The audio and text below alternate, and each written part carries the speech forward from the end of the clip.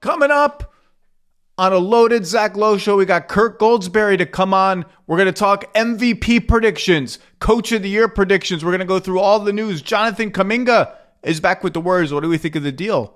What are the trade situations that make sense for him? Because I do think he's going to get traded. How good are the Warriors?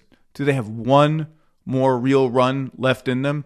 We'll see. Where do they stack up in the Western Conference? We got the Quentin Grimes news. We got the Aron Fox with a hamstring injury. What to make of Giannis's comments at Media Day about looking around a little bit in the summer? Kevin Durant extension. We're talking about everything today with Kirk Goldsberry, including we make our, as I said, MVP Coach of the Year picks. That gets us into a lot of different teams. We also pick like under the radar MVP candidates. And then Sean Fennessey. I needed a couple days. We needed a couple days to deal with the Mets collapse, the finality, the season being over, the Reds playing the Dodgers in the playoffs, and the Mets limping into the offseason of potential change. We're going to talk about all that on Mets Corner, sad Mets Corner. All that is coming up on the Zach Lowe Show. You're listening to the Zach Lowe Show presented by FanDuel. This NBA season put the power of the sportsbook in your hands with FanDuel's Your Way. Your Way lets you create bets you can't find anywhere else. You can set your own lines or customize player props, and you'll get new odds instantly. Plus, with Your Way, you can even make head-to-head bets by position or player. Just download the FanDuel Sportsbook app to play Your Way. The Ringer is committed to responsible gaming. Please visit rg-help.com to learn more about the resources and helplines available. Listen to the end of the episode for additional details. Must be 21 or over in present and select states and 18 or over in D.C., Kentucky, and Wyoming. Gambling problem? Call 1-800-GAMBLER or visit rg-help.com. Call 1-888-789-7777 or visit ccpg.org/chat in Connecticut.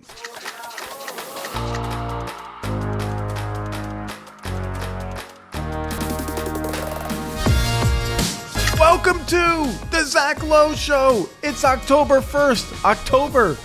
That's the month where the NBA regular season starts, Kirk Goldsberry. We're almost there. Almost there. October 1st. I can't believe it, dude. I think there's teams playing in Abu Dhabi or Macau very soon, and I can't wait. Both, actually, and restricted free agency is officially mercifully over. Minutes before we recorded, Quentin Grimes signed his qualifying offer. 1 year, $8.7 million. Will become an unrestricted free agent at the end of next season.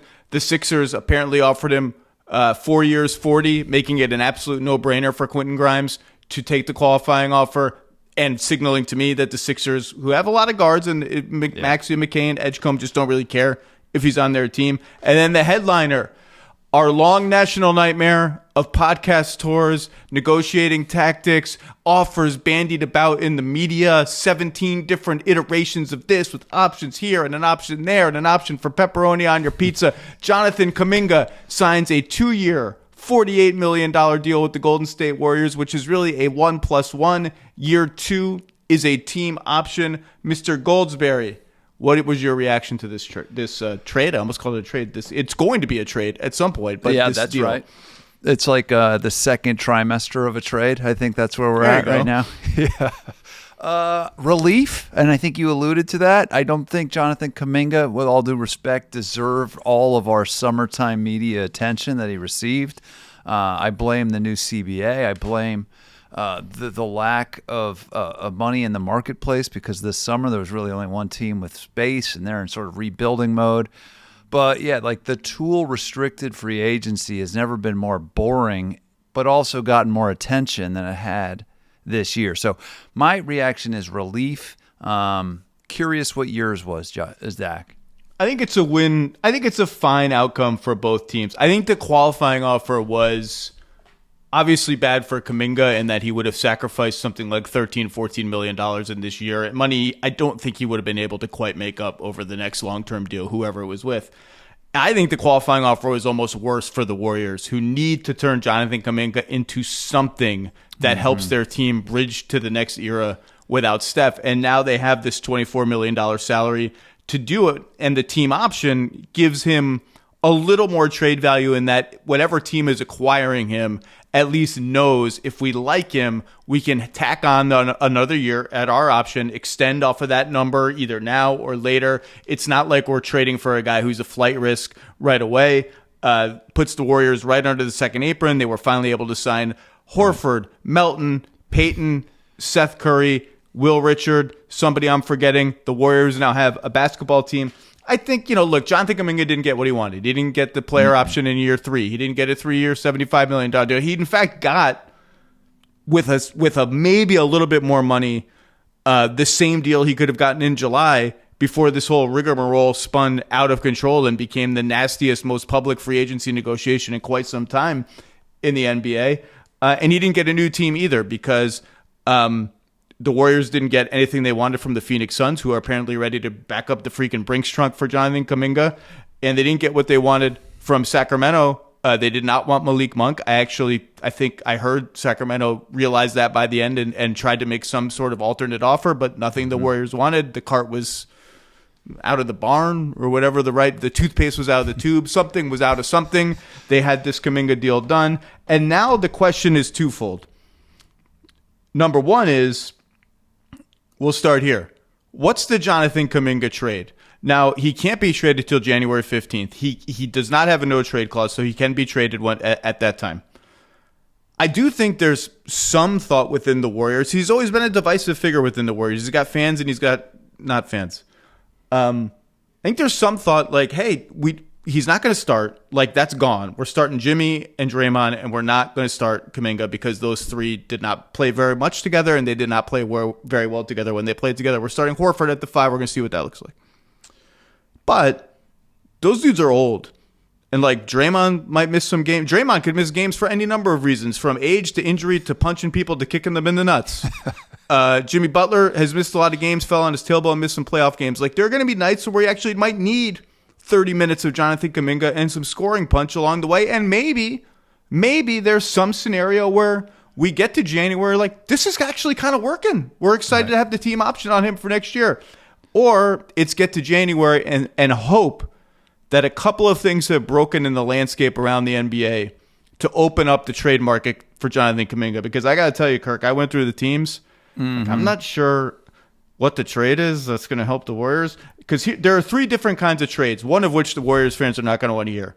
Number one is Kuminga plus first-round picks that the Warriors have. They only owe 1 first-round pick, and it's only a crappy piece of a first-round pick to Washington.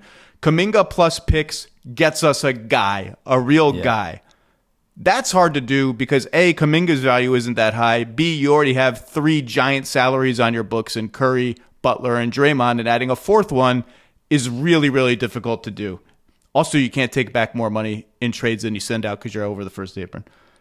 Number 2 is Kuminga for assets that you can add to your asset trove of picks and a young player or whatever to eventually help you get the impact guy.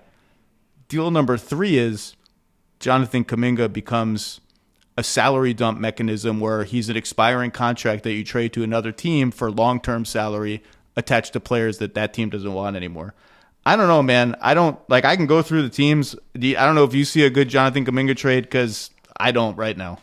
I didn't even go through that exercise because I'm sort of stuck at this tension that's going to happen between Steve Kerr and Jonathan Kuminga and playing time and trying to balance the idea that Steve Kerr doesn't like playing Jonathan Kuminga that much. He's pretty much said that openly.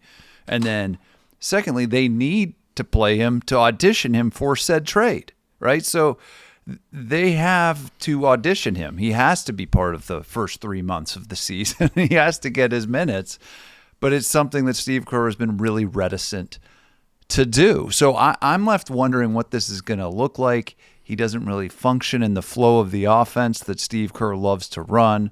So how do they even do they sacrifice the way they want to play basketball to keep this audition going until, mid-January, Zach, where the trade is even allowed at this point? So how do we get him to be an attractive trade asset? Well, we have to play him. Well, Steve Kerr doesn't like to play him. And now Steve Kerr with his news, I'm not going to even extend anything this year. He's in sort of a weird spot himself. But I'm left before we even get to the trade, how do we get to the trade? he's got to have to play minutes to become an attractive trade asset for anybody. Whatever teams you're going to walk me through, and I want to hear some of your ideas, because I think the identity of Jonathan Kuminga in the future, some people think he can be a high ceiling riser, and other people think he's just a nice role player. And so who are we sort of marketing him as? And I think the only way that he gets playing time this year is in that role player slot. So I don't know if they'll be able to drive the trade value of Jonathan Kuminga up if we're in agreement that he's going to get traded in January or February. Yeah, the Warriors are about Steph Curry, and after that, Draymond Green and Jimmy Butler. And Steve Kerr has already shown you he doesn't really care about anything else. And he's not going to give Jonathan Kuminga minutes to make the front office's job easier if he doesn't think Jonathan Kuminga's earned those minutes or fits well with how he wants to play. Now, I mean, he couldn't even get minutes when in the playoffs in the first. He didn't play at all in the first round until people started getting injured. And I was aghast at that because I think there's just got to be 15 to 18 minutes for Jonathan Kuminga on a team that is very, very guard heavy. It doesn't have a lot of guys his size, but if Steve Kerr disagrees, he disagrees. All right, I'll go through the teams. Ready? Yeah. Phoenix. Definitely. Already tried. Didn't work. Sacramento. Already tried. Didn't work. I think the Warriors would want Keegan Murray, and I don't think the Kings will or should give up Keegan Murray in that trade anyway. Chicago, much rumored, not a lot of substance to it, I don't think. And they have Buzelis and Asenge, who they just drafted at the power forward spot. Yeah. Miami, always on the hunt. I don't think they're really on the hunt for Jonathan Kuminga. I don't know that the Warriors are excited to revisit Andrew Wiggins. I don't think Jonathan Kuminga is a great fit on a team with Bam Adebayo and Khalil Ware. Milwaukee. Heard some interest with Milwaukee. And now Warriors fans are going, whoa, Milwaukee. Does that mean Here we go. Does that mean what I think it means? No, it doesn't mean that. And I don't even know, I don't think the Warriors want Kuzma. Even though Kuzma's deal and Wiggins' deal, by the way, both line up with the Curry, Draymond, Butler deals that expire after 26-27.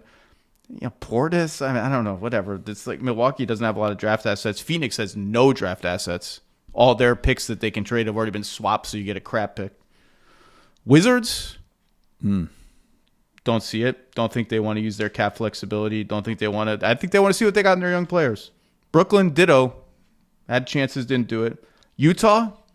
I don't know. Utah's a morass. And again, Markkanen has been a dream trade target for the Warriors. They've tried to get him. Fitting his $45 million salary now, he was a dream trade target before they got Jimmy Butler. It's on a $50-something million salary. It's just hard.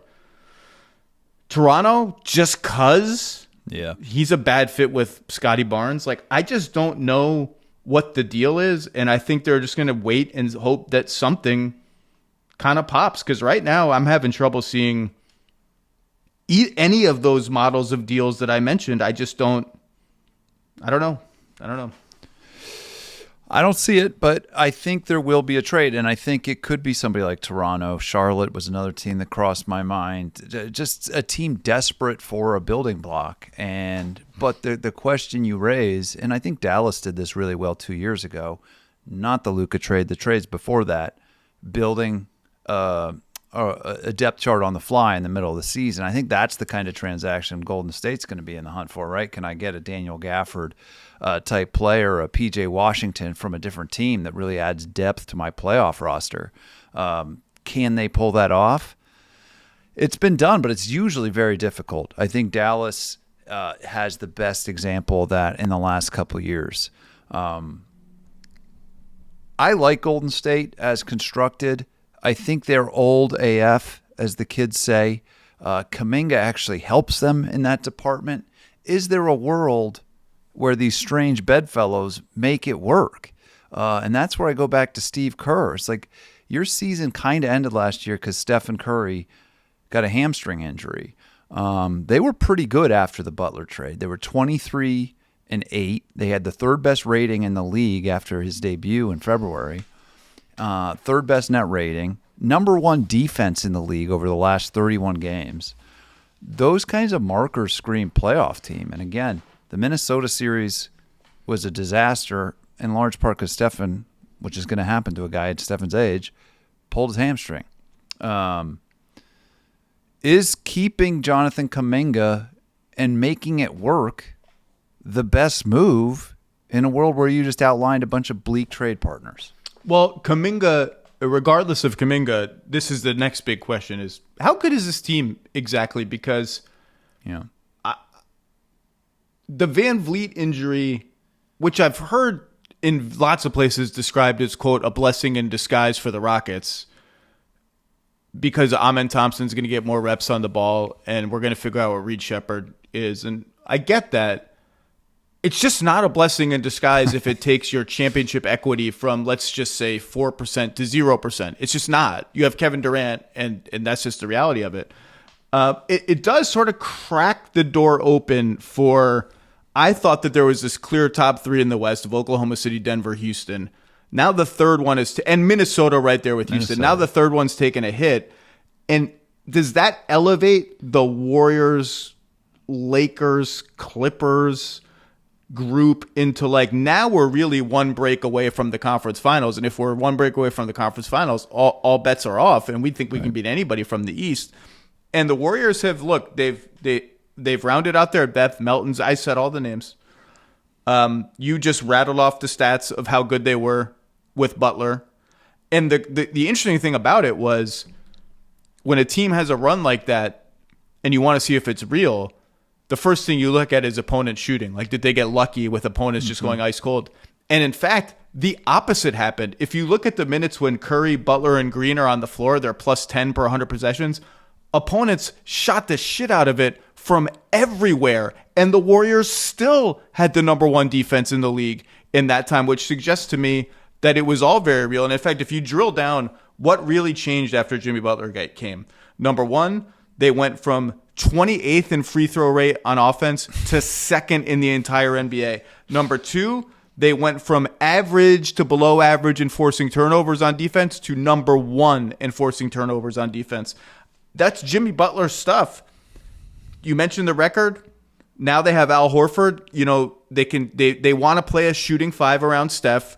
They don't want it to be Quentin Post for 20 minutes a game because he can't defend well enough.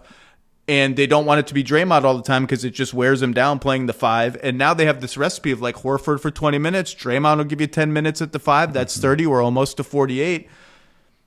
Can they actually do this? Is there a world in which this team is in the finals again? No. Can they do this? I mean, I thought getting to the Final Four of the West, which is a term I've never said until just now, but it feels like an accomplishment the way the NBA is set up right now. The Final Four of the West last year, they were there. I thought, had a chance in that series against Minnesota until the injury. I think Looney's absence, they're going to feel that. That guy's been important to their identity and plugged up some size gap weaknesses for a long time. Al Horford, obviously rolling the dice with him and his age. But yeah, I believe in the indicators we've cited. I believe in the 31-game sample at the end of last year that there's something here if they're all healthy, which all brings me back to this. I think my position is it's on Steve Kerr to figure out how to use Jonathan Kuminga as a young bench wild card guy who can start if somebody's not playing that night in a back-to-back. For me, that seems like the best solution here, Zach, is Jonathan Kuminga and Steve Kerr learn to love each other, and somehow they get something going with him, because I don't know if there's a better solution than that. Look, I like their depth, too, even around Kaminga. Like, if Melton can stay healthy, he's good. Healed, Moody, Pajemski, GP2. I do think they've got to be careful not overloading the floor with guys who are non-shooters. Like Draymond and Jimmy in the starting five, that's fine. They're too good to, like, really break them up. But GP2 and Jackson Davis, you got to be careful who they play with. I've said before that I think they're in a more dire position than maybe people realize because they're the Warriors and they still have Steph and they're super fun to watch. I've said I think the window for this team to win a championship now is closed, and how they get back there in the future is a mystery to me, given the two timelines thing that was A, an accident, and B, failed. I I still, despite the Van Vliet injury and this sort of brief surge of like, oh, they've got these new guys on the team. They're just so old, man. They're so old, and the bar in the West is so high that I just can't see them winning 3 playoff series. I would love to be proven wrong. I just don't see it. I just don't see it. Random question. So now they have 2 Currys, right? And I was wondering, do you think they're going to have to change? You know how sometimes they put the first initial on the jersey? Are they going to screw up Stephen Curry's jersey? It's just going to be Curry 30 on the back still, right? There's not going to be like an S lowercase t or whatever. Well, didn't I read that Seth's deal is like he's not guaranteed to make the team, so we don't know that this is like a real thing that's going to happen. But this is a great point because then you have to do SC or ST and SE, like they did with Jeff Green and Jalen Green in the box score in Houston. I think, again, I've said this a million times. There is great honor in one of the greatest players of all time, the greatest shooter of all time, an all-time unicorn. There's never been anyone like him in the NBA, beloved superstar, riding out his career on a good team in the Western Conference. That's right. That's totally fine. I don't think the championship window's open. And by the way, we mentioned Grimes. I do have to say, your own Weitzman, who knows the Sixers better than anyone, did you see the story on The Ringer today? No, I didn't. Has the Philadelphia 76ers window already closed? Yeah. It's over. It closed. And I mean, I think I read the story. He means the Embiid window, Embiid, Paul George window. Like, we don't even know when those dudes are playing. It's cool that they're practicing. Yeah. Practice? Talking about practice. We're not even talking about the games. I think the window is like it's. I see Joel's face and Daryl's face. I just think I can't imagine a world, even in the shitty, decimated by Achilles tears Eastern Conference, that team can make the finals. Or I mean, they haven't even made a conference final. I don't know. Do you have hope? Am I missing something? I feel like I can't. I feel like hope I can't even believe that headline exists. Hope is the perfect word. Because I can imagine a world, to use your term, where it happens. Embiid plays 60 games. Paul George has a little bit of a resurgence. VJ Edgecombe is incredible. Jared McCain comes back. Tyrese Maxey's out here. We have Grimes as the 6th man of the year, just out here trying to get. I can imagine that world, but that's not the world I live in. That's not the world I live in. I've seen it for too long. With these aging types of players. And as I said to Bill Simmons last year on his podcast, it's like, what phase of Shaquille O'Neal's career is Joel Embiid currently in? Is he in Celtics jersey, Shaquille O'Neal, Cavs jersey, Phoenix jersey? It's tempting to say that that's Joel Embiid, but it certainly feels like we're at a different phase of the Embiid experience. What are your thoughts? Well, I think that's fine. Like, Yaron writes in the story, they could have shopped the number 3 pick for a win now guy, right, and they didn't. And I kept saying in the lead up to the draft, like, they have to begin planning on Tyrese Maxey's timetable and just take whoever they think the best guy is with that pick. And that's what they did. It makes me sad to say, I just can't imagine Embiid and Paul George, who's like 36, the last guy remaining from his draft class, staying healthy for an entire playoff run. It just doesn't seem the playoffs are so grueling, and they come after this other thing that's grueling that you can participate in or semi-participate in the regular season. I just, like, even Oklahoma City was worn down at the end of the playoffs, and they're the youngest, deepest team in the entire NBA.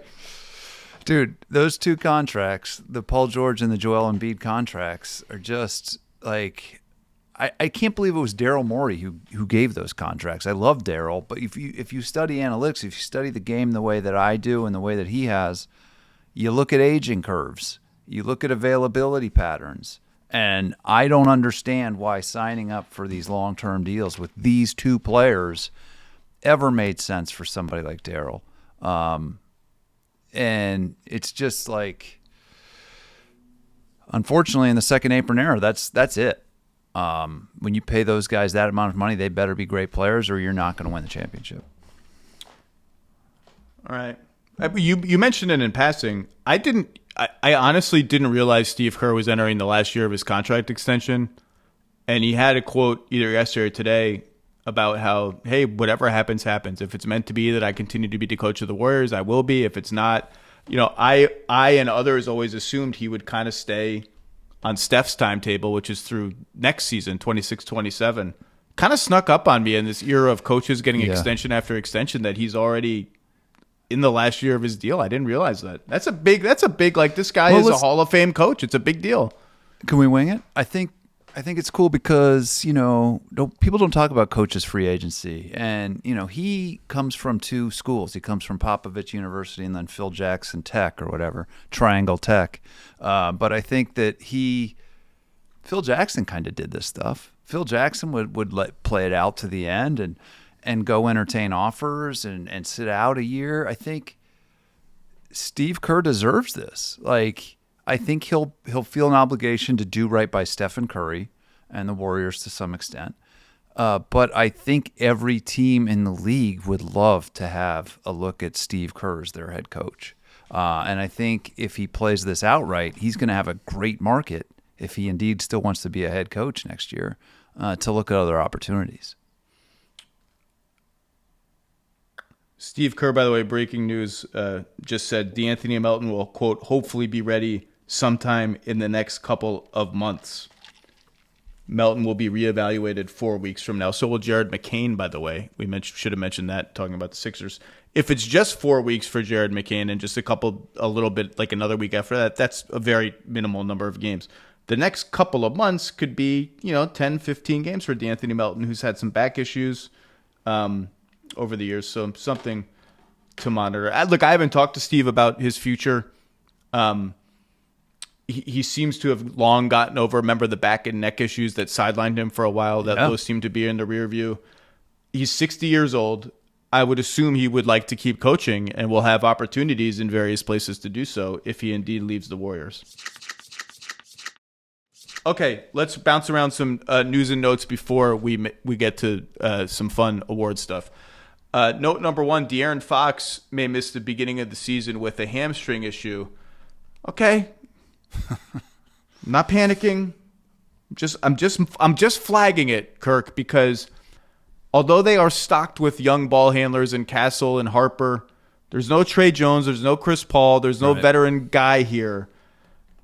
They don't have a ton of shooting. That was the question with the Spurs. You and I have been high on the Spurs. I'm a little nervous, and I would like this to go away. That's all.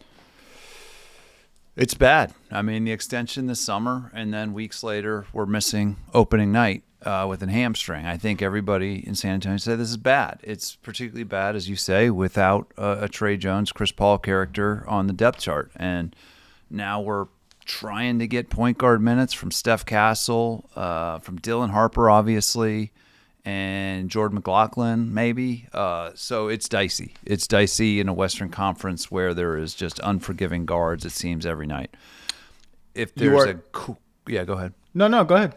If there's a cool part of it, I think it is Dylan Harper's going to get a little bit more run early in the season, and that's something I've been dying to watch. I can't wait to watch Dylan Harper evolve, but he's still pretty raw. Steph Castle getting starter minutes at the point guard will be great too.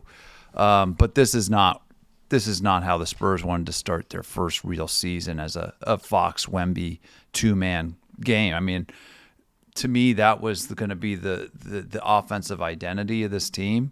But I don't want to overreact. Like, if he misses a week or two of an 82-game season, we could still be really fine. But it's not something you want when you hand somebody a $230 million deal, Zach, that week one is DNPs thanks to a soft tissue injury, especially when that person is a guard who relies on speed. Yeah, I was super bullish on De'Aaron Fox coming into the season. I'm still going to be bullish. I think he's going to have a big season playing next to Wembanyama. I think he's going to shoot it better. I just would like to see it sooner rather than later. Note number two, Kevin Durant said on Media Day, the rare actual piece of news that comes out of a Media Day scrum, that he intends to and will likely or certainly or whatever sign an extension with the Rockets. I've been saying that for weeks. I think it's a matter of time, so I don't know if you have any reaction to that. He can sign a 2-year, $100 million. I don't know what it'll be, but Kevin Durant's very good at basketball, even at his advanced NBA age. That's a nice thing for the Rockets. Yeah, I think he's legitimately happy to be back here in Texas, and I think he has a good relationship with Ime Udoka, and I could see him wanting to stay there. I think that's true, and compared to one of the other news and notes, the awkwardness that can come out at media day when people are asked similar questions, I think Kevin handled it great, and I think it was honest. So I think it's good news for him and the Rockets.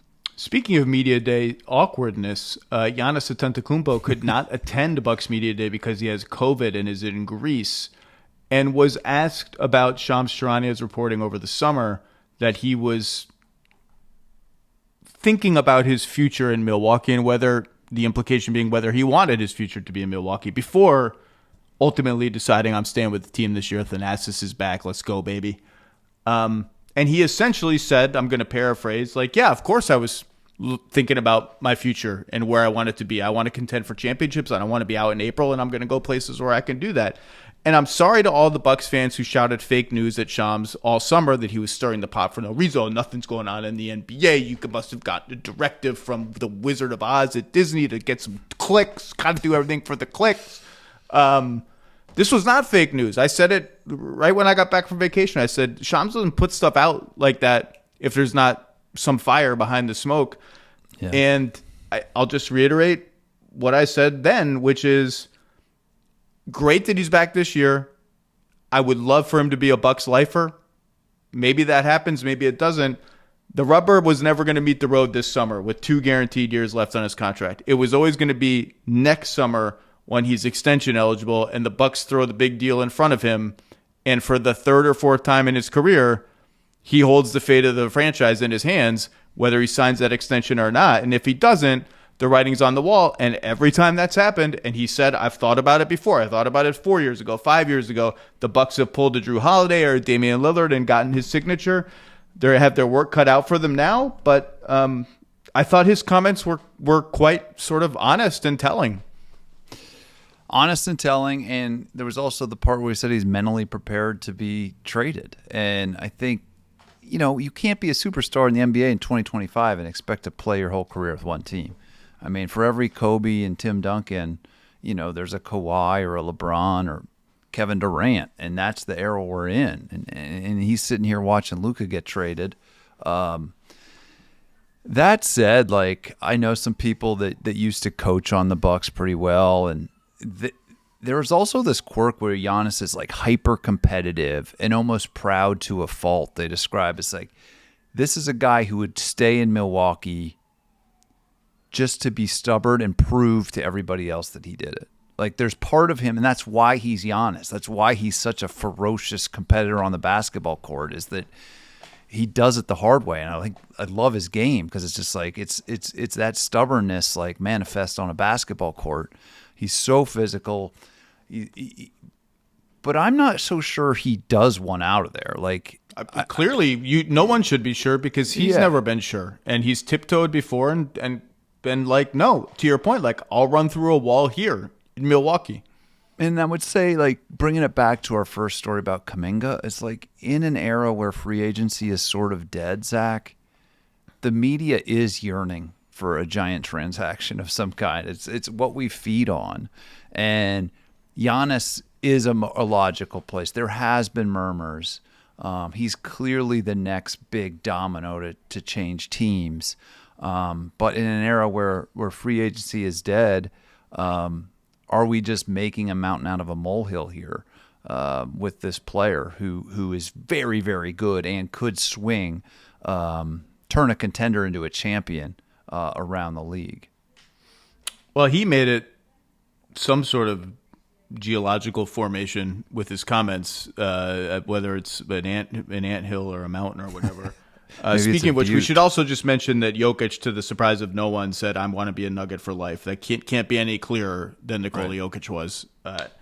Last news and notes I want to get to. I did think it was notable that Ty Lue, on a very strange Clippers media day, anointed Bradley Beal the starter at 2 guard, then was asked, what about John Collins? Is he going to start at the 4? And his response was, I can't remember.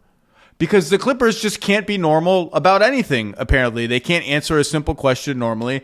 But I did think. I mean, that means Chris Dunn is not going to start anymore, and they're going to go Beal, Harden, Kawhi, Zoo, and maybe John Collins, and just go all in on offense. Maybe Derrick Jones Jr., who guards the perimeter maybe a little better than he guards around the paint and the rim. I was surprised that they leaned all the way in there. They'll still stagger the minutes between those three ball handling stars quite a bit.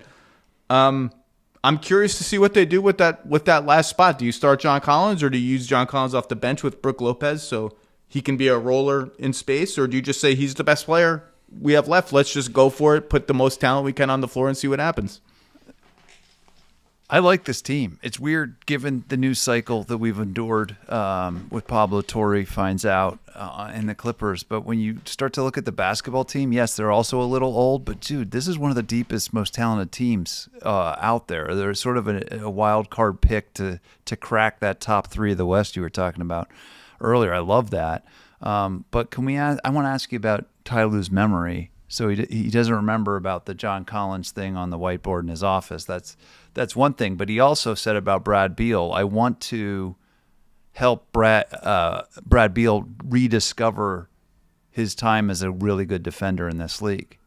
And so I went back and looked at all the fanciest stats I could, and I don't know if that time ever existed. Like, I don't know if Brad Beal was ever a plus defender. I think he entered the league in 2012. Wizards fans, you can let us know in the comments if you remember Bradley Beal being a lockdown defender. But that was a funny comment too about Beal from Ty Lue. I want him to help him rediscover his defensive form. I think viable would be a fine adjective for peak Bradley Beal defense. Like, I'm not worried about him. I'm not hiding him. He's not being picked on. Lockdown, really good. I'm not sure we ever got there. It will be interesting to see how they use him, because we know how this offense is going to look. It's going to be a whole lot of James Harden with Zoo, and it's going to be a lot of Kawhi doing Kawhi things. And Brad Beal, same like he did in Phoenix, is going to have to find his spots as attacking closeouts, using him as a ball screener, which I don't think they did enough in Phoenix. He has become underrated. Like, it's his issue is much more availability than ability. When he plays, he's still pretty good. So I don't mind them saying, let's just see what we got, put him as a starter. Maybe that makes him feel better. He didn't seem to like coming off the bench briefly for Bud in Phoenix last year. Did you see the T-shirts that Jeff Van Gundy designed, by the way? Oh, yeah. It had a bad word, but it didn't mean what you thought it meant. They were kind of edgy. Get the F back, and the F word is acronymed into. There's a word for this where it's the letters stand for things. Only a coach could have done this.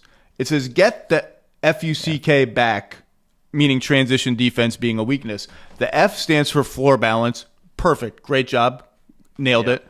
The U, urgency. Great. One word. Okay. The C, consistent communication and concentration. Okay, we're starting to lose it now. We're gonna. I think either communication or concentration by itself would have been great. The K stands for no. We lost to Denver because of transition. I would love to have been at Jeff Van Gundy's house when he's like, "All right, I got this great idea." F, got it. U, C, or whatever. K. Oh God, I didn't think about the K. What starts with K? Kawhi, I don't want to call it. I don't know. Let me just write an entire complete sentence after the K on this shirt.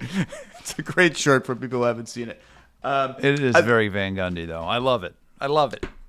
The Clippers, I group with the Warriors. I just think they're too old. They're Space Cowboys. Can we call them the Space Cowboys? I don't know. Too injury prone, too old, whatever. I don't trust James Harden in a big playoff game. But they're in that, like, all right, if Houston's not as good as we think, whatever. But to me, Oklahoma City and Denver just stand above everybody else. And interestingly, the odds, Golden State is plus 1,600 to win the West. Behind Minnesota, the Clippers, the Rockets. The Lakers are now third at plus 850. They've jumped the Rockets. They were ahead of the Wolves the whole time. And then big jump to Nuggets, plus 480. Thunder, plus 135. I did like that Sam Presti sort of pushed back on it's a dynasty happening now. Yeah. talk because look, I mean, if you're picking it, we're all going to make championship picks, right? And the Thunder are going to be a lot of people's championship picks. They might be mine. It is notable that no one can repeat as a champion anymore. It's been 7 straight years. I thought the Celtics were the best positioned team to do it. I picked them to break the repeat streak. Nope. Injuries and, I don't know, some staleness, whatever sort of seeped into that team. And then the injury happened and boom, they were done. Oklahoma City would seem even better positioned than Boston, given their youth and depth. I don't know, that Denver team's pretty good. Anyway, okay. Look, you want to do some awards? Heck yeah, let's do some awards. We're going to do an exciting award and a less exciting award. Let's start with the exciting one. I just said let's go out and preview the MVP. Shai Gilgeous-Alexander won it last year. Who do you think will win? What's your MVP pick for this year? Nikola Jokic. I am going back to the era of Nikola Jokic. I think, conventional wisdom says it's about a 4-man race. We had texted about this. The top 2 really, I think, separate themselves because of the standings that you just alluded to. I think it's Denver and OKC are 2 of the top teams in the West, right? So I think the MVP coming from the top 2 of the West is a pretty safe bet. I think the idea that Joker and SGA have both won the award in the last 2 years is relevant. I think Joker has a better supporting cast. And if he can get over that Oklahoma City team or even close, those crazy stats, whether you're an advanced stats guy or you're a basic stats guy, I believe Nikola Jokic will have the best statistical case by the end of this season. And I have him edging out SGA for the MVP award in 2026. Skinny Luka, is the sexy pick. Despite the fact that LeBron is still just going to walk into 25, 8, and 8 every game because that's just what he does.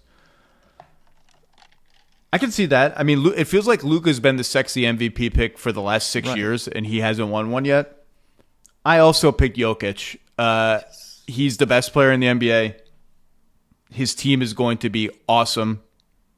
The way the Nuggets remade their depth and changed their starting 5 in a way that I think will at least be a wash and probably be more helpful on offense, given what Cam Johnson can do with the ball, attack and close us and all that. I am interested to see what it does to their rebounding because that was one thing Michael Porter Jr. really contributed almost all the time. I just think they're going to be awesome. I think he's the best player. Statistically, it's just unassailable, that he and SGA are just going to have these stats where like, how am I even going to vote for anybody else? And I do think there's like when Embiid won, I do think there was a little bit of a like, okay, we got a 1-year break from giving it to the best guy. Okay, let's give it to the best guy again. Now, I gave you this other challenge. I said there is a very clear top 4. Like if all these dudes are healthy and the top 4 of the MVP ballot is not in some order, Jokic, SGA, Luka, and Giannis, it's going to be a surprise.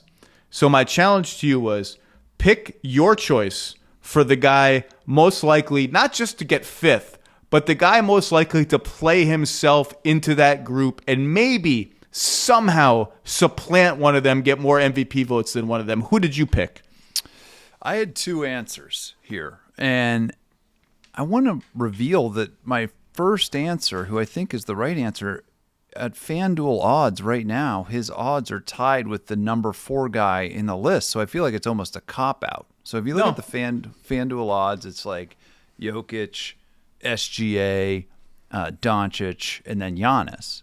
But if you look right now, the guy who I think has the best chance to crack that 4 is Victor Wembanyama, whose odds at plus 1,200 are identical as of today to Giannis Antetokounmpo's odds. I think Wemby is the best answer here, and I was a little annoyed that the bettors had arrived at it too.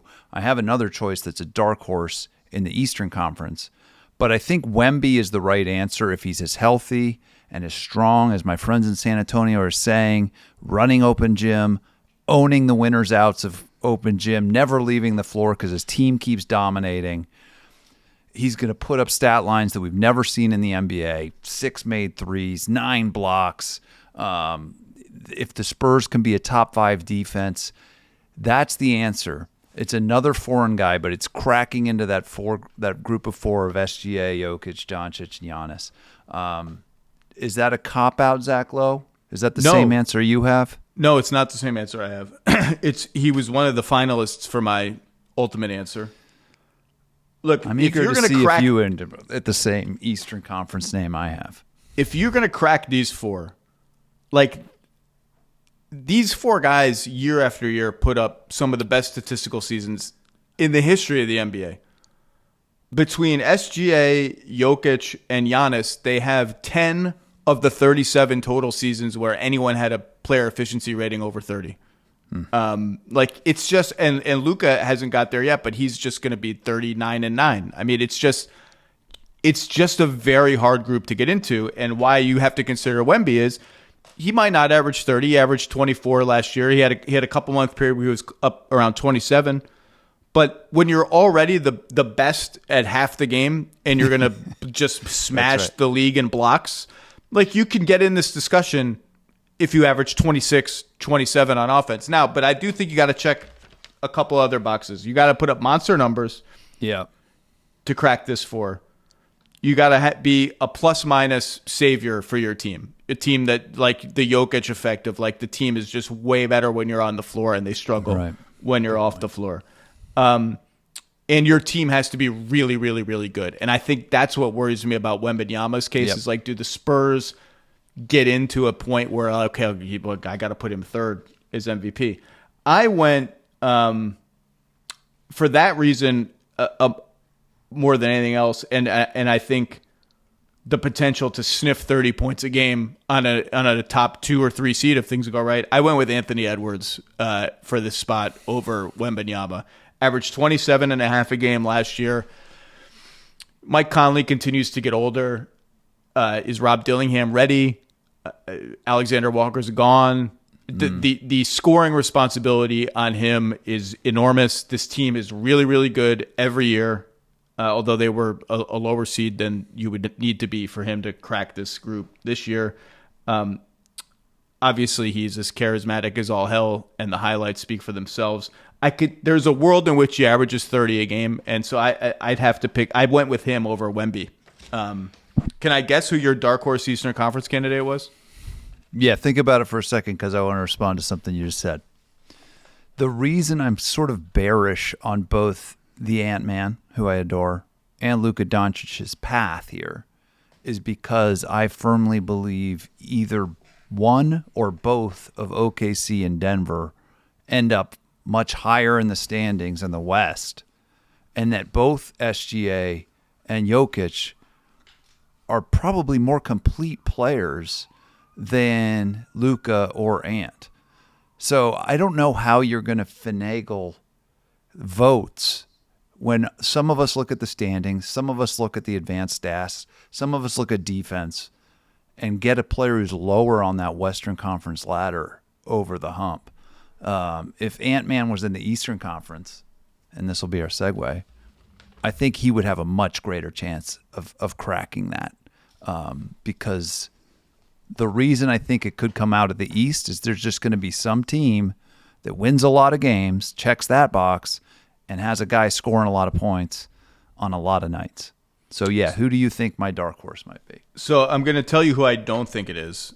I don't think it's Donovan Mitchell because his individual numbers took a dip last year because the team is so good and he willingly sacrificed.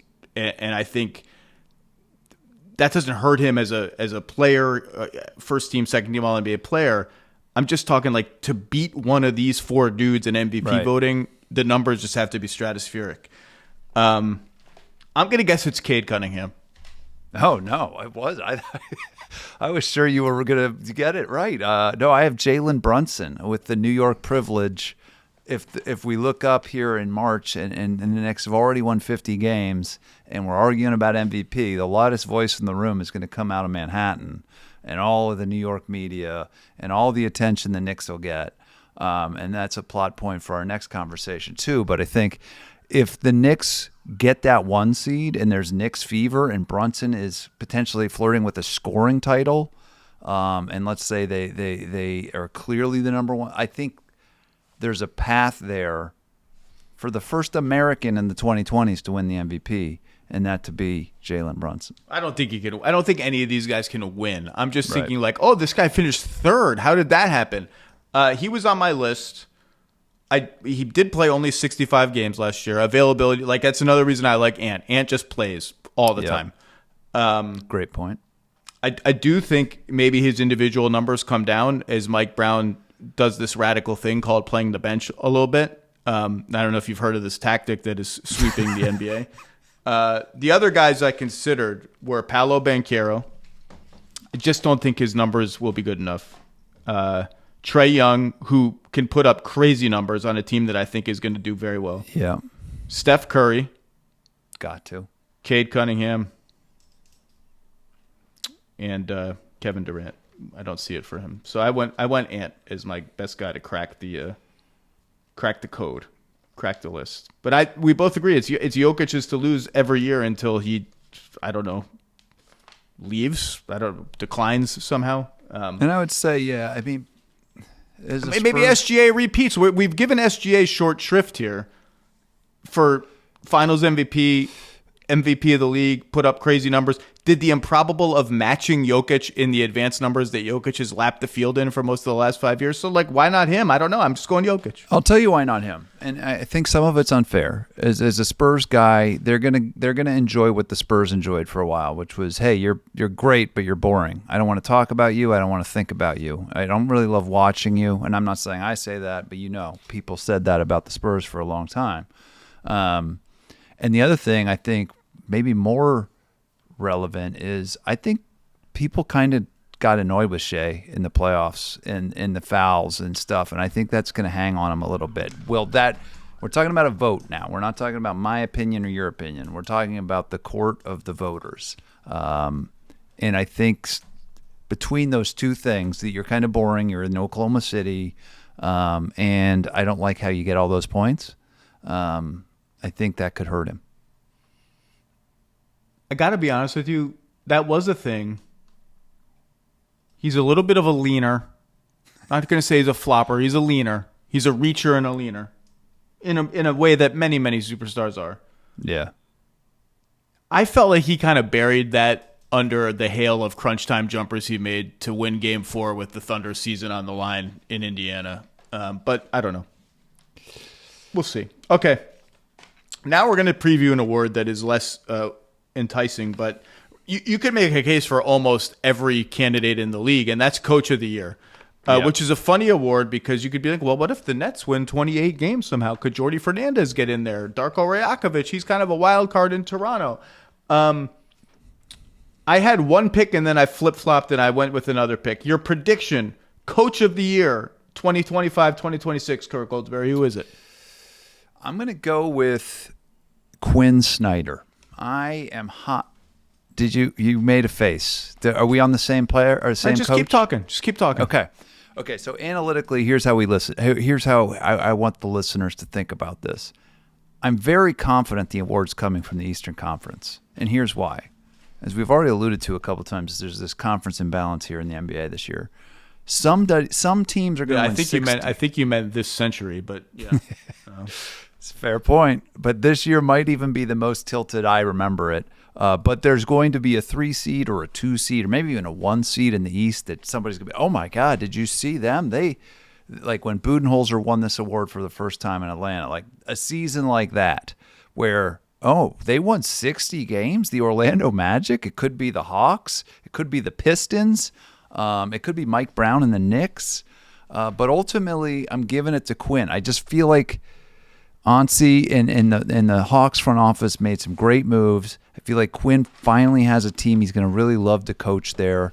As you just alluded to, Trae Young is very motivated to be great this year. And I think the stars are aligning there in Atlanta with their offseason, Alexander Walker, Kristaps. And I think Quinn's going to flex a little bit. So I went with Quinn Snyder, Zach. What do you think? I initially went with Eric Spoelstra. Oh. Because he's never won, and there's this sort of groundswell of like, he's got to win. He's maybe the best coach in the entire league. That's a great point. even after the Tyler Hero injury, I think the Heat are going to be better than people think. I don't know what their over-under is right now. Although the Hero injury throws a little bit into flux. I've said a couple of times in the last few weeks that I think they've reached an existential crisis with their offense, and they need to do something dramatic to overhaul it. I've heard little birdies since then whispering to me that that is indeed occurring, that this team will look very different stylistically on offense than it has in the past 3 or 4 years, that they've hit the wall of what this sort of lots of mid-rangers, dribble handoffs, this and that. They've just hit the wall. And he's Eric Spoelstra. And then I just thought, so like in the East, you can kind of, if there were a consensus top 6 in the East, in some order, I think it would be Cleveland, New York, Orlando, Atlanta, Detroit, maybe the Bucks. And then you've got whatever the hell the Sixers are. And I've said from the beginning, I think Miami has a chance to crack that group. I think they're closer to that tier than they are to the next tier down. Then I went through and let me see who wins Coach of the Year, typically. And with very few exceptions, the person that wins Coach of the Year is the coach of an elite team. And I just don't think that Miami can get there. Now, Tibbs won with a 41-31 team in the East with the Knicks. That was a 4 seed. Mike Brown won with a 48-34 Kings team, but they were a 3rd seed. And the Kings had been competent for so long that felt like they had won 75 games. So I thought history just doesn't bode well for that pick. And then I went with Quinn Snyder in the end. Because I do think the Hawks have a chance to be a top 4 team. I think they have some pretty high ceiling upside that if a couple of things went right for them and a couple of things went wrong for some other teams, they could be a 2 or even 3 seed. He's a great coach. Everyone acknowledges that he's a great coach, super creative. I think if they do hit their ceiling, there will be sort of noticeable coaching things that people can grasp onto. Like, it does seem like Trey's pushing the pace a little more and setting some off-ball screens, and there's a little bit more democracy in their offense, and isn't that interesting? And they found a way to protect him on defense or get him motivated. I just think there'll be touch points for people. I'll tell you who else. Who else did you consider? I had to consider Jamal Mosley and Mike Brown. Again, I think the Knicks have a pretty nice path this year to being a great story, getting a lot of media attention, sort of extending that love affair they've had in Manhattan for a while. And Mike, I have a conflict of interest. I like Mike a lot, and I expect him to do really well there. To your point, your remark about Tibbs, who we also both like, I just think the breath of fresh air in New York City will love Mike Brown. So that was one. And then Orlando's another candidate for we won 54 games. Who would have thought? Oh, Paolo and Franz are really clicking in. And then Mosley starts to get that attention. So that's why I'm pretty confident this award comes out of the East, because there will be a 3 or a 4 seed, maybe even a 1 or a 2 seed, but a 3 or 4 seed that whoa, I didn't see this coming. And that's how the award goes. It's often like Kenny Atkinson last year. That was it, right? Oh, they have the best record in the NBA, the Cleveland Cavaliers.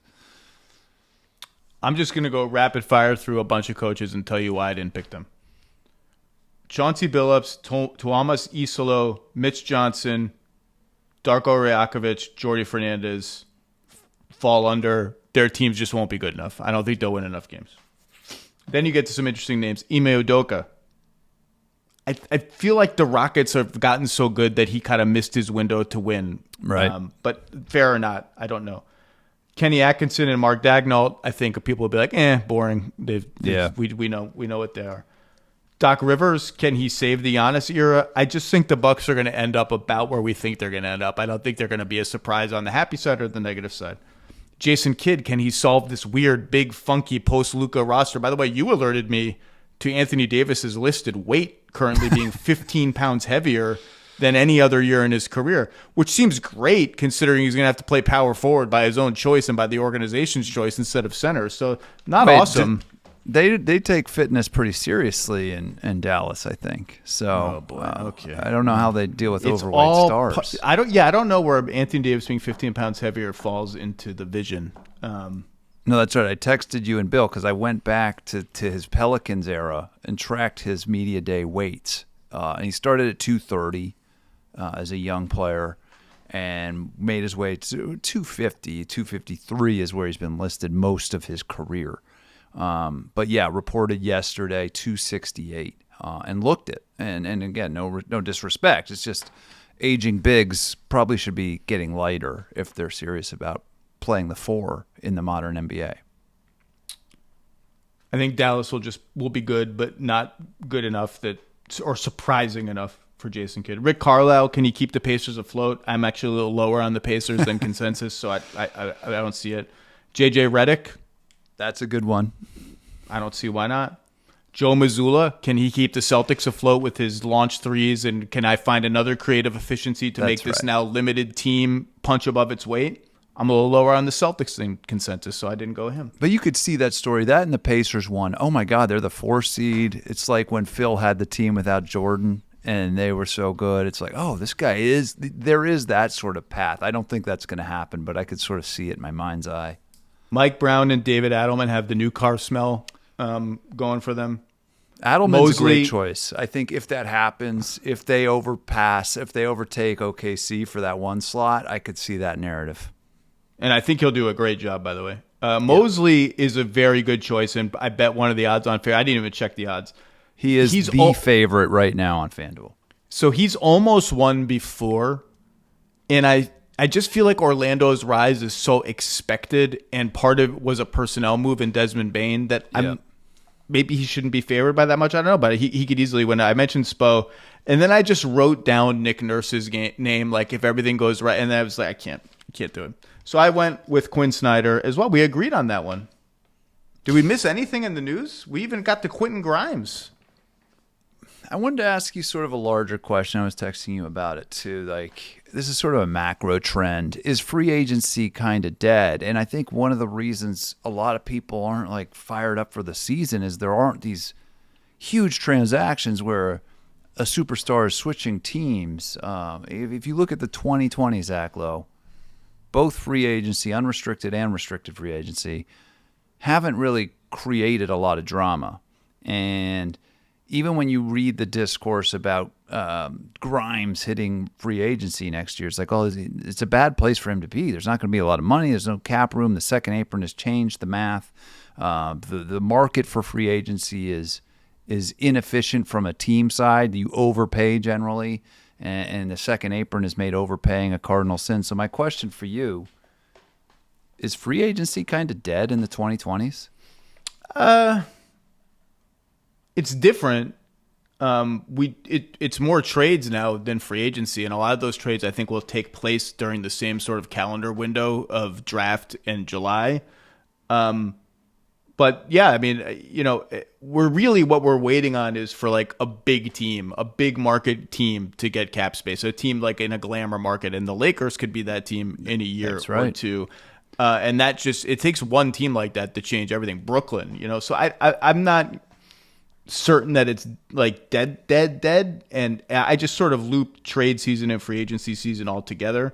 But it's definitely different. And the apron has people freaking out about, like, we just can't blow any contracts. You cannot afford a mistake contract. That's what it is to me. I feel like the apron is the 3-point line. The 3-point line changed how coaches have to deal. And I think the apron is changing how front offices have to deal. And if you just look at this summer in review, I think this is a good time to do it. October 1st, it's like, what are the biggest stories? Well, we have a cap circumvention story, and we have 2 wave and stretches that we've never seen before of a magnitude. It's like, those are the Woj bombs of 2025. It's not Kawhi going to the Clippers, LeBron going to the Heat, LeBron going to the Cavs, Durant going to Golden State. I mean, that's why I'm sort of contextualizing it against is the summers of 2010, and then you get ready for the 2016 season. Oh my God, I can't believe Kevin Durant's coming to the Warriors. And that would sort of drive a lot of this kind of seasonal content. But it's interesting to me, and sort of a trend I've been thinking about a lot, is has the apron really killed that? But I think you're right. If the Lakers go down the path they might go down this season, and sort of like, hey, we're a team with room, all of a sudden free agency's back in business. Well, and Kevin Durant did get traded. I mean, you said his name a few times. He did get traded. It wasn't free agency, but he got traded in the offseason for real stuff. But it's definitely different. And just even I remember like Dallas every summer would be like, maybe it's Dwight Howard, maybe it's Darren Williams. It's like there were all these teams with cap space, and it hasn't been the extension rules have obviously changed that. The fact there's a lot more vehicles for players to sign extensions and stay out of free agency. That's kind of one of the new free agency things. But, or to your point, do the superstar. The new superstar move is to get that giant extension and also get traded. Like, I got the most money possible, then I get traded. And those extension deadlines, as it will with Giannis, sort of create their own drama points too. So we'll see. Kirk Goldsberry, what do we got coming up from you on theringer.com? Oh, they had me do this NBA rank thing, which is an incredible exercise, but it's very time-consuming, Zach Lowe. So I spent a lot of time ranking players and writing blurbs. It's a great exercise to get you ready for the season. And then I got a piece next week about how the game has changed in the first 25 years of the 21st century. Love it. Nobody does big picture evolution of the NBA. One more thing. I'll tell you what I got in about 30 minutes here. Oh, look at that. Well, look, there are very few things that we can all agree on in this world, Kirk. Very few. Like ice cream's good, that kind of thing. Yankees are evil. Yeah. So my team's out. Go your team.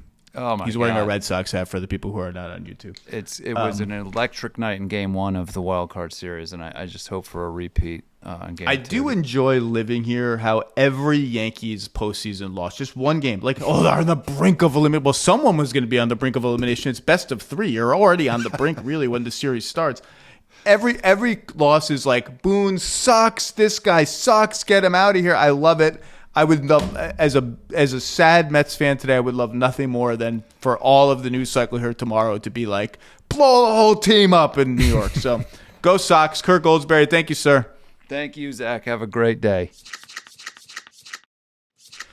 Well, Sean, last time we were here, you were saying the only thing you didn't want in the final weekend of the season against the Miami Marlins of Miami was for Pete Alonso or Edwin Diaz to not commit some sort of season-changing, season-killing mistake, blunder. I'm not sure that really happened, but it kind of happened in the first game on Friday when Pete just failed to make 2 defensive plays at first base. Made up for it the next day with a monster game, and then, of course, had the line drive gap double that wasn't in the final game of the season. Expected batting average, that's a thing now. The expected batting average on that was 780. And now the season is over. The Mets did not make the playoffs. Steve Cohen has apologized. Yes. Mike Francesa has called the team gutless bums. Boy, did I pick a fun time to come back to Mets fandom. Yeah, I'm sorry to you, and I'm sorry to both of us for having spent so much time. It's been nice to be together. I missed you. I've missed working with you. I'm so glad that we are back together. But if our reunion wrought this, then I feel really bad because this was as bad as it gets, in my opinion. I will make the case that this is worse than 2007, what we just witnessed, because it took so goddamn long. So I don't feel good. Can't even be mad at the Brewers. I can't ask the Brewers to take 2 out of 3 from the Reds. It's not their job. They gave us a chance on the last game of the season. Yeah. Couldn't score a run. Couldn't get one run. The Brewers coming back and winning that meaningless game on the last Sunday of the year, that should have been enough. The Cincinnati Reds in their last 80 games went 40-40. This was not like they chased down the Mets with an epic run at the end of the season. They're a mediocre team, just like we are. They're just a little bit more positively mediocre than the Mets. And then Lindor, sitting next to my daughter, she's been warning me ever since the Pete line drive was caught. She's on the couch with me saying, Dad, they're not going to come back. It's over. And I'm like, you got to be a little bit, like, you're too young for this. You got to believe in stuff till the very end. I'm like, you got to keep believing. And then what? Someone walks to start the 9th inning, right? Like Mauricio, I think, walks to start the 9th inning. Okay, we need base runners. We need base runners. And then she'll say things like, wouldn't it be better if you just hit a home run? I'm like, okay, yeah, but we need base runners. We need to score 4 runs right now. There's hope. And then her favorite player, Francisco Lindor, the love of her sports life. She wears his T-shirt for pajamas now. Grounds into a double play to end the season. It was already over. My hopes were already gone by then. And she turns to me and she goes, Daddy, that wasn't his fault, was it? He kind of hit it hard. Like, that wasn't Lindor's fault, right? And I was like, none of this is Lindor's fault.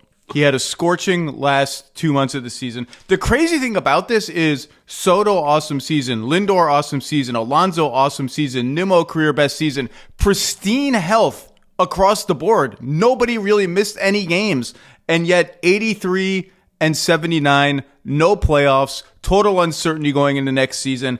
I don't even know where to. I mean, I don't even know where to start. David Stern is talking about run prevention. Yeah, the starting pitching sucked. That sucked. My daughter, I think I did something wrong, Sean. I think she's already too damaged.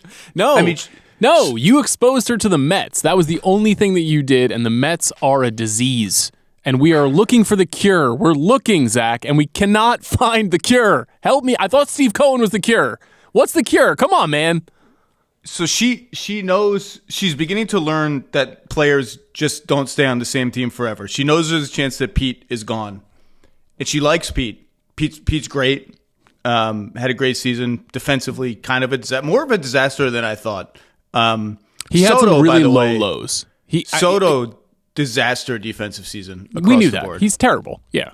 I didn't know he was this terrible. That play against the Cubs where he just sort of twisted around in the outfield and a routine fly ball hit like the base of the wall. That wasn't great. Anyway, so she's this is what I mean by she's damaged.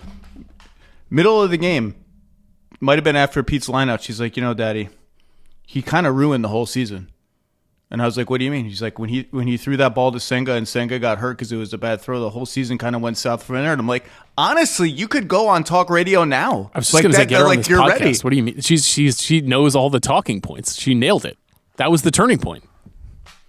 Well, okay, so what do? They just obviously the three young guys enter next season as part of the rotation, right? They're three locked-in stars, probably. Maybe not. I don't know. I mean, I wouldn't count on Tong starting the year in the rotation. Yeah, Tong wasn't great. I think you can see that he's basically had one professional season of baseball under his belt, and they were asking a lot of a 22-year-old to come up.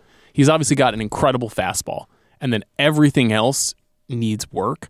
McClain and Sproat, assuming Sproat is not traded, and you're now hearing Sproat's name in trades already because they think like maybe he's just like a number 3 or 4 starter and not elite, and McClain looks like a future ace.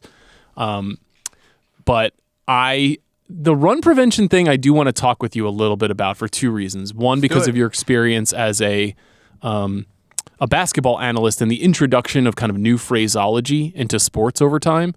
And then 2, around the idea of like this defense that we watched all year, but especially in the last month when things seem to be getting catastrophic. That Pete's inability to make those 2 plays at first base, that Soto dropped fly ball that turned out to be pretty critical in that Cubs game. They kept having moments of like dramatic failure in the field that seemed to define the season, even though I wouldn't say that this year they were like the worst defensive team in the league. But in David Stearns' press conference, he's talking about run prevention, which is this combination of defensive metrics and strategy combined with pitching. And you mentioned that their top 4 players all had very good 2 career years. And the thing one of the first things I said to you when we started doing this segment was that the front office made a misaligned decision to have these 4 guys in their prime and to hope that these 3 or 4 weird decisions about the starting rotation were going to work out for the best. So now we're heading into the offseason, and we're in the exact same position, except some of the decisions that they made in the last offseason are just going to carry over because they got to pay Frankie Montas. Sean Manaea is still under contract. Kodai Senga is still under contract. These guys are all still getting paid. I don't want to see Frankie Montas ever again. I guess you won't. He had Tommy John surgery. He had Tommy John, so you'll never see him again. But he's on the payroll. He's making $17 million next year. Kodai Senga is making $15 million. Sean Manaea is making $20 million. So you made all these choices that were half-assed moves, hoping that you could conjure the magic of 2024. And you could say, oh, well, they were just doing it for that year because they've got kids coming up. But those numbers are still on the books this year. So they're just in a really weird spot, and they're going to have to make a lot of changes to their roster through trades to meaningfully upend where they are now.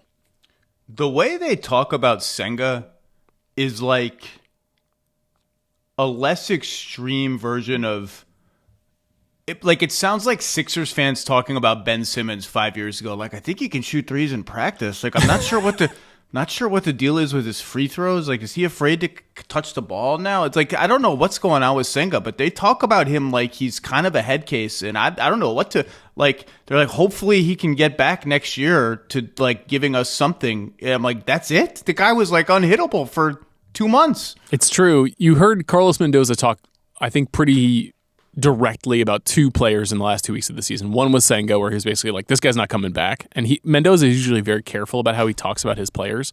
And Mark Vientos was the other guy in the last week of the season where he was just like, that can't happen, about stuff that Vientos was doing in the field. And I think that those are 2 serious candidates to be traded in the offseason. I think there's a very good chance Senga, who's on a very friendly contract for 2 more years, and is very talented. We've seen him be exceptional, but is inconsistent and gets hurt.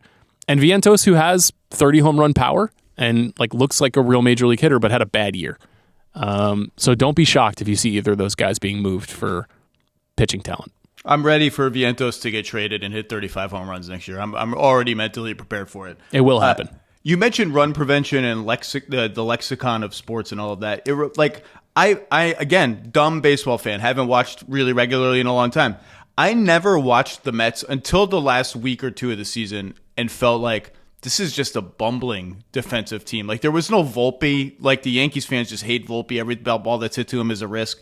But then you would watch other teams. It just felt like every game the Mets had a would-be hit that was robbed by a great defensive play. And then you just start to think, like, maybe those aren't like robberies and like insane defensive plays. Maybe that's just kind of what good defensive teams do. And in the NBA, I would always say a lot of good defense in the NBA is the absence of mistakes. So it's hard to spot good defense sometimes because it's in the act of things not happening. Maybe like bad defense in baseball is the absence of really good plays that are not made, and you just don't. If I'm not watching other baseball teams who make these kinds of plays regularly, I'm just not noticing the plays that the Mets outfielders aren't making, sliding catches that are like one hopped instead of caught. They just I can't, like, a couple of good barehanded plays by like Beatty at third base here and there. Lindor is super reliable. Every time the ball's hit to him, I'm like, great. But I just like maybe those are just like regular baseball plays that the Mets just are not capable of. And you mentioned that one game where they put Marte, Nimmo, and Soto in the outfield. It was like, man, every fly ball is going to be an adventure. So I think the word that matters most for what you're describing is range. You know, in the defensive metrics is the ability to cover a certain amount of ground at your individual position. You know, Beatty is significantly more rangy at third base than Mark Vientos. Pete Alonso is incredibly good at scooping balls, but doesn't cover a lot of ground in terms of range and has a problem throwing the ball. And he's probably a career DH in the next 2 to 3 years. Mark Vientos is a DH. Juan Soto is a DH. These are just not defensive players. On the other hand, you've also got center fielders who can't hit on the Mets in Tyrone Taylor and Jose Siri, and sometimes Jeff McNeil. Can I never see Jose Siri again? No, he's gone. Was he ever supposed to be good? I know he was injured the whole year. He came back and it was like Keystone Cops level, dropped fly ball's good. He looked like me in a softball game in center field, just fucking up every play, and he never got a hit. I never saw him get on base one time. That's a particularly painful one for David Stearns because he did hit 28 home runs, I think, for the Rays the previous season, but he hit 210. That's a real thing that happened? He did. That guy hit 28 home runs in a baseball season? He struck out like 180 times and hit 210, but he did hit 28 home runs, and he played a very good center field. He just got hurt at the beginning of the year, and the arm that they traded for him, Eric Orsi, is a reliever who had a good season in Tampa. So we sure could have used the guy in the 6th inning named Eric Orsi, and we didn't have him. And instead we had 14 games from Jose Siri in which he hit .063. That was a nightmare. That was like that's as bad as that could have gone. And that led to Tyrone Taylor having to play 85 games this year. It led to Jeff McNeil having to play center field. It led to putting Brandon Nimmo in center field in the second most important game of the year because they had no other options offensively. So, like, Stearns just made a lot of mistakes, man. Like, this happens sometimes where you have to make a lot of moves to improve your team. He took a couple of bets And his bets were wrong. He made one good bet, which was Clay Holmes, right? That was an interesting move at the time because he was converted from a reliever. He stepped up big time in game 161. He pitched great in that game. The Mets always pitch great in game 161. There's a long history of that. Fans of John Maine and Johan Santana will know what I'm talking about. But aside from the Clay Holmes move and the Brooks Raley move, bringing him back because he pitched very well. In fact, his season is now underrated given how good he was in the second half of this year. Stearns just made a lot of wrong calls, and everything that he touched that turned to gold in 24 kind of went to shit in 25. So he's got a big job in front of him to undo a lot of this stuff, man. So you meant the two big problems with the team. One, you just mentioned, which is that there are at least two critical players on the team who need to play some DH, if not, in Pete Alonso's case, become like at least halftime DH. And there's only one DH spot. And so that just makes team building an extremely difficult exercise because you need to have another first baseman and another outfielder. And it's just a lot of sort of holes to fill. So, I don't know these players that well. Are Alonso? Well, first of all, Alonso, we'll see if he comes back. I love him, by the way. I love everything about him. I love the way he talks. I flagged this quote about Jonah Tong's big bounce back start like a couple of starts ago. This is an actual quote from Pete Alonso. Like if you just made like a fake, he's from Florida, I realize, but like a fake baseball lifer from the Midwest, they would say something like this. Looked like let me start over. Looked like from right off the rip, since I showed up to the yard, he was pretty locked in today. Really stoked for him. I mean, that's just like the yard. That's just a baseball lingo 101. And I also like the idea of him staying so that the Mets home run record becomes a real home run record worthy of their team, so that it's not embarrassing enough for Chris Russo to rant on national TV about how sad it is that the Mets dare celebrate 240 something home runs. And he's still really good. But are he and or Soto, I don't know if this is like a thing in baseball, like too proud to be one-way players? Is playing in the field important to them as baseball players? Some players, if they are career position players, have a hard time transitioning to DH, and Pete may have a concern about that because obviously like it removes a level of engagement from the game if you're not out on the field. And first base is an important position, and I'm sure Pete has a modicum of pride, and also you're more valuable to a team if you play a position. DH is, with the rare Kyle Schwarber style exception, are just not as well paid. You increase your value, literally your WAR in the sport. So that's a factor. Soto, I think it's pretty well understood that within the next 5 years, he will just be the DH for the Mets. There's no way when he's 30, he's going to be manning right field for the team. There's just no way. So you've got to consider that. Like this year going into the season, their plan was they re-signed Jesse Winker, a name we have not heard uttered in months. And it was going to be Jesse Winker and Starling Marte. They were going to be the two DHs. When in actuality, Brandon Nimmo, Mark Vientos, Juan Soto, and Pete Alonso are all arguably basically full-time DHs in Major League Baseball right now. And at least 3 of those guys are coming back to the team next year in theory. So one of them is going to have to be the DH. I don't think Pete's going to go convert to DH right away if he re-signs. I'm not convinced he's going to re-sign, but I also said that last year and I was wrong. I didn't think he would be back. I thought he was going to be able to go out and find a deal, and he could not find the deal he wanted with Scott Boras, and so he came back. Part of the reason that happened was because, one, a lot of teams focused on more defensive-minded first basemen who were looking for first basemen out in the world, and 2, they were concerned that the dip in production that Pete had over the previous 2 seasons was going to become a trend. Pete's numbers went up this year. He was really good this year, especially in the first half. He carried the team, as you and I have talked about a few times.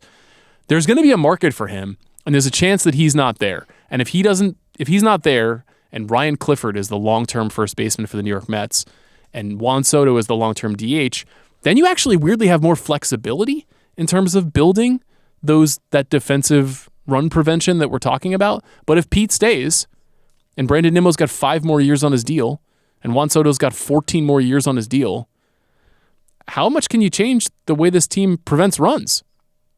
And there's like a lot of no-trade clauses. I saw Lindor has a no-trade clause. Nimmo has a no-trade clause. People are just giving out no-trade clauses in baseball. This is a comment. There's like one no-trade clause in the entire NBA or something. Yeah. Which is funny, too, to have a no-trade clause in New York.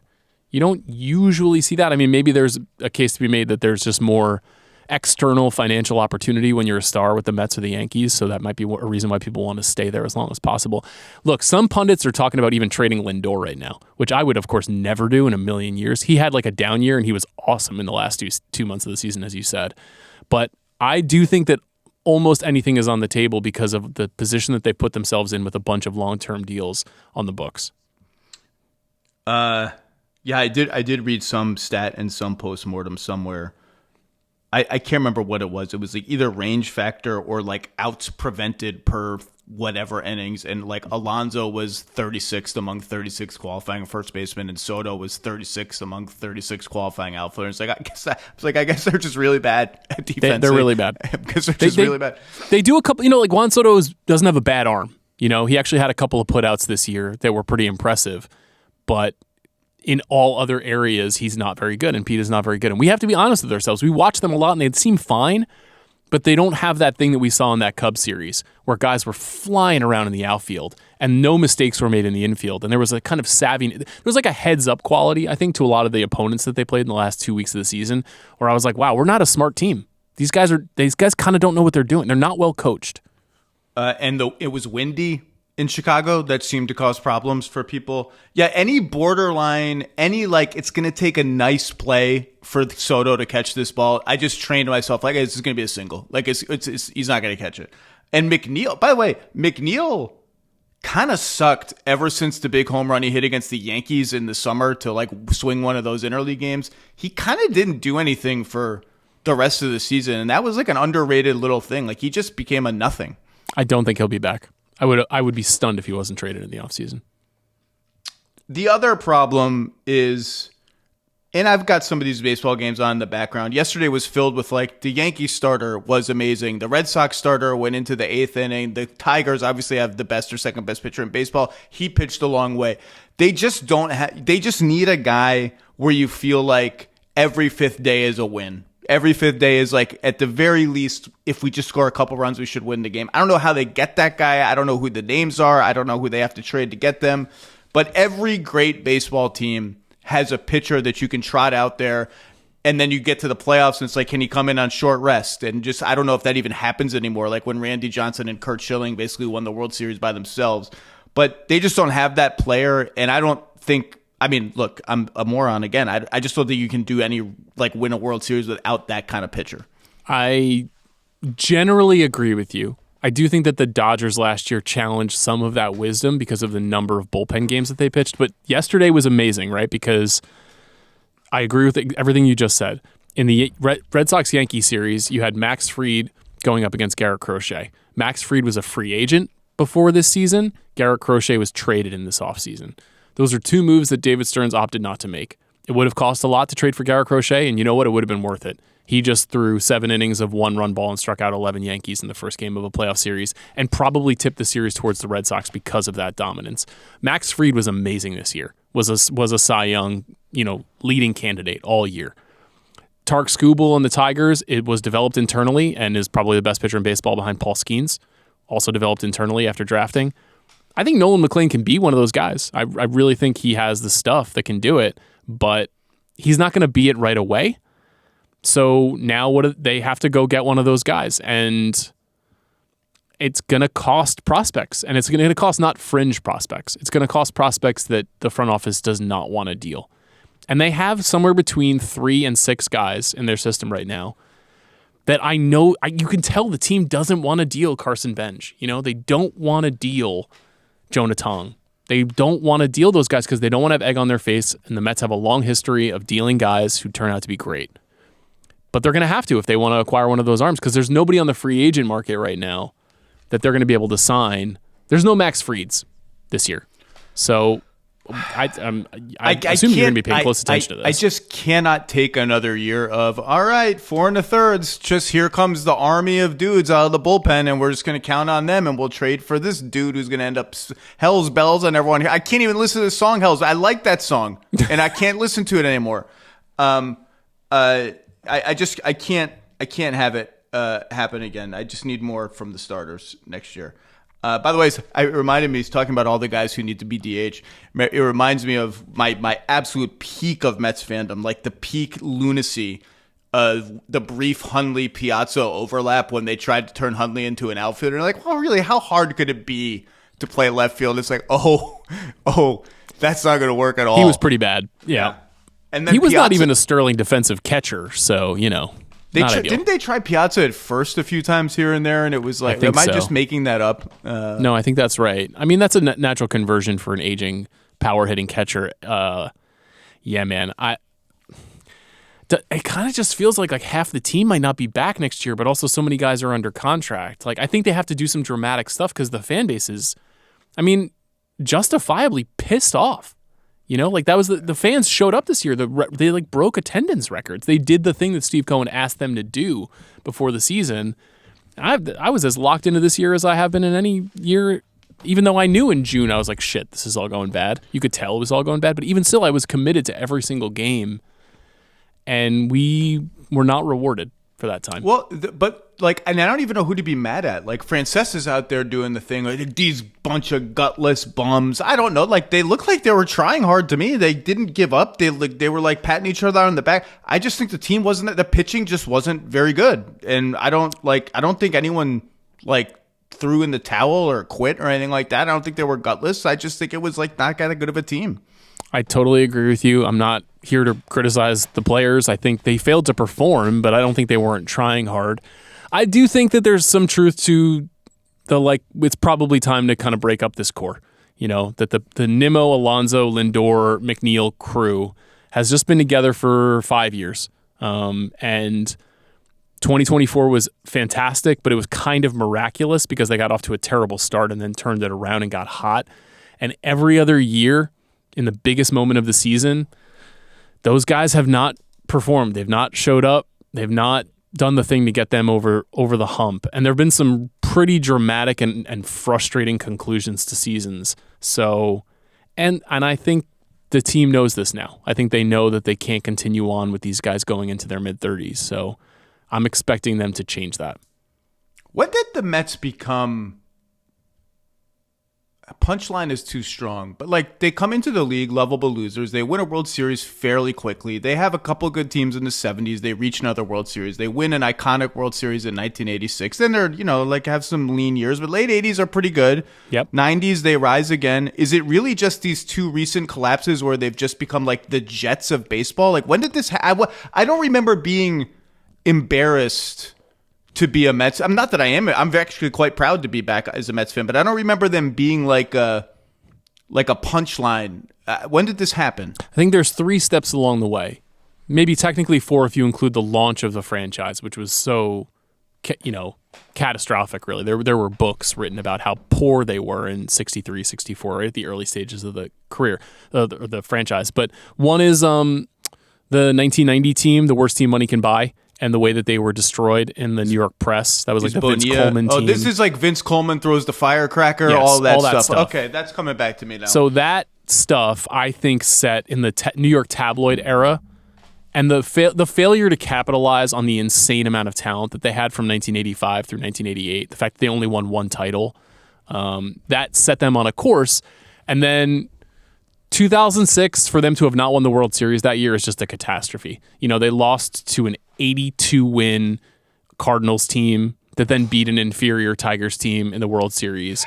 They lost in that majorly dramatic fashion with Beltran leaving the bat on his shoulder. Yep. And then 07 leads to a collapse, 08 leads to a collapse. Those are horrendous. Those are that is when they're on Sunday Night Baseball playing the Yankees and every game just feels like an embarrassment. And then the second thing is that in 2015, they were a damn good team. They were, I thought, a better team than that Royals team that won. And they were leading after 7 innings in 3 of the 5 games that they played in that series. And they lost all 3 of those games. And that's just loser stuff, man. They should have won in 06 and 15. And if they win those 2 World Series, all this shit is out the window. Nobody's going to care. If you've got 2 titles in the 21st century, you'll never hear Lowell Mets. No, that'll be gone forever when they win 2 titles.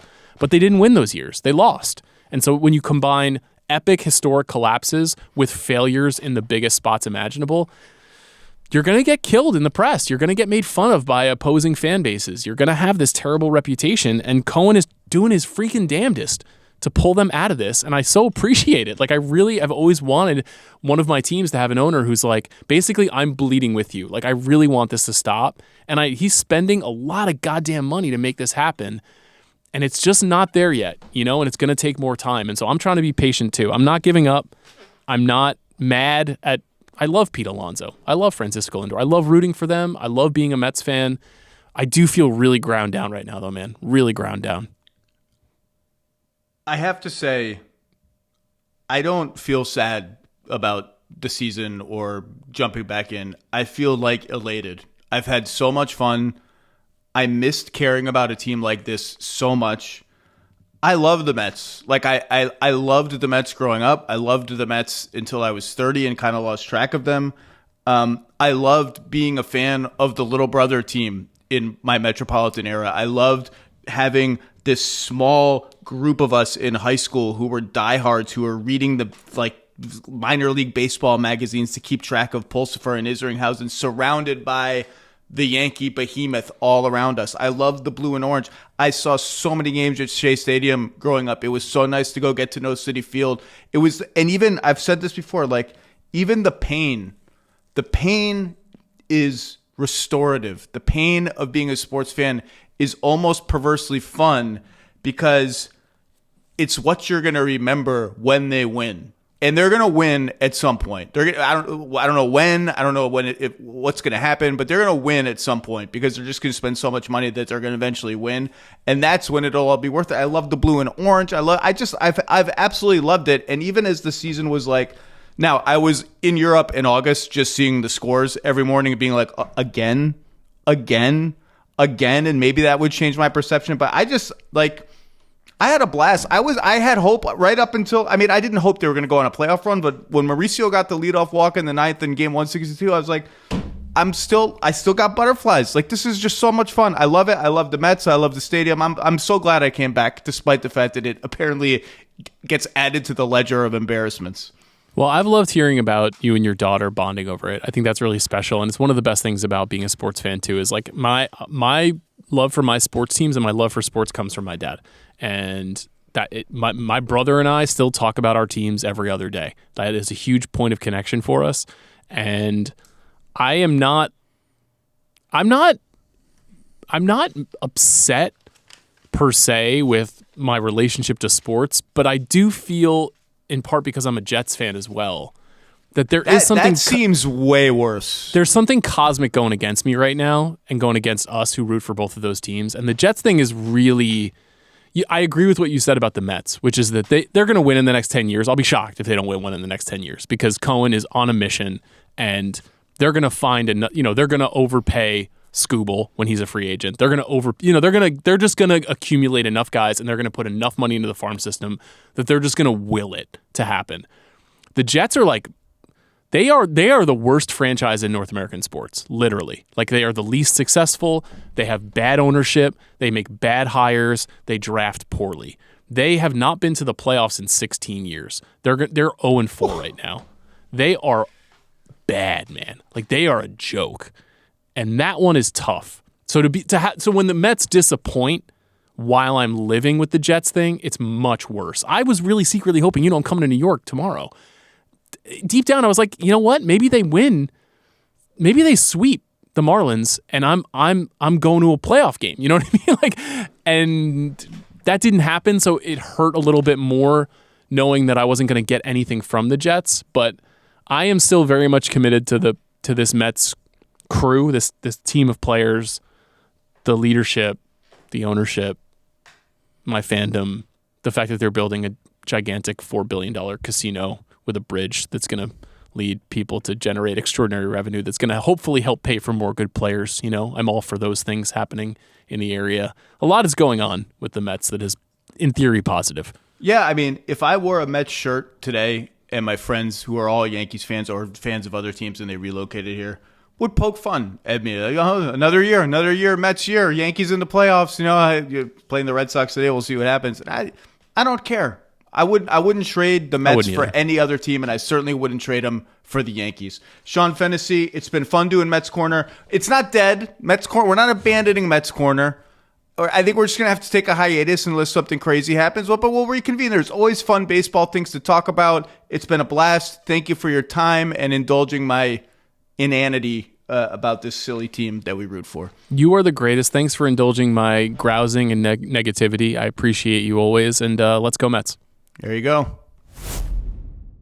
All right. Thank you all for listening. Thank you all for watching. We'll be back next week, barring some insane news in the next couple of days. We'll be back next Monday on the Zach Lowe Show. Thanks to Jesse and Jonathan on production. Again, thanks to all of you for listening and or watching the Zach Lowe Show. We will see you next week. NBA season is creeping up on us. Let's go. Must be 21 or over and present in select states. For Kansas, in affiliation with Kansas Star Casino, or 18 or over and present in D.C., Kentucky, or Wyoming. Gambling problem? Call 1-800-GAMBLER or visit FanDuel.com/RG. Call 1-888-789-7777 or visit ccpg.org/chat in Connecticut or visit mdgamblinghelp.org in Maryland. Hope is here. Visit gamblinghelplinema.org or call 800-327-5050 for 24/7 support in Massachusetts, or call 1-877-8-HOPE-NY or text HOPE-NY in New York.